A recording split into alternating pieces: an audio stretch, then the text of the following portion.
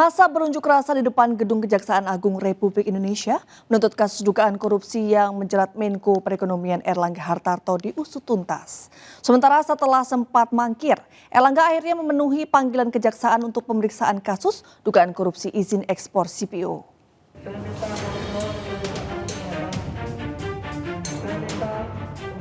Ratusan orang yang mengatasnamakan Koalisi Pecinta Partai Golkar atau KPPG berunjuk rasa di depan Gedung Kejaksaan Agung Republik Indonesia.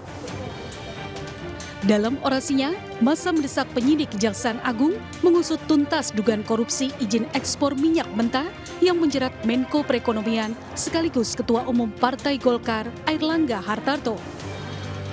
Massa juga meminta Airlangga Hartarto mundur sebagai Ketua Umum Partai Golkar dan tidak mencalonkan diri sebagai calon presiden di pemilu 2024.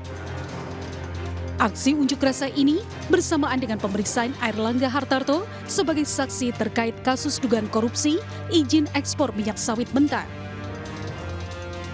Sementara itu, Menteri Koordinator Bidang Perekonomian Airlangga Hartarto penuhi panggilan Kejaksaan Agung.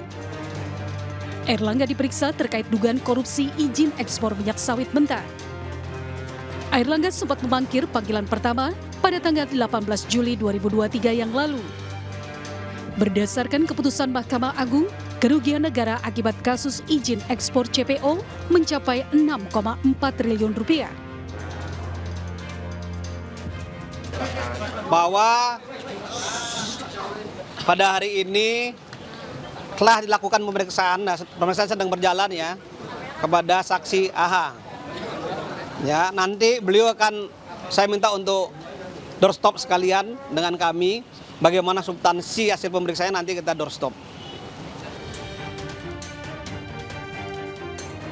Sementara itu, dinamika politik di internal Partai Golkar sedang menghangat.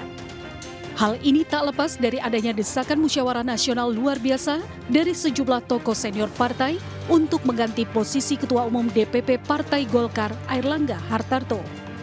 Isu itu semakin menguat setelah pernyataan Menteri Investasi Kepala Badan Koordinasi Penanaman Modal atau BPKM Dahlia yang juga sebagai tokoh Golkar menyebut kekecewaan kader terkait turun drastisnya elektabilitas Golkar dibandingkan pemilu sebelumnya. Dari Jakarta, Galuh Pandu, Damar Wicaksono, Oki Mahendra, iNews melaporkan.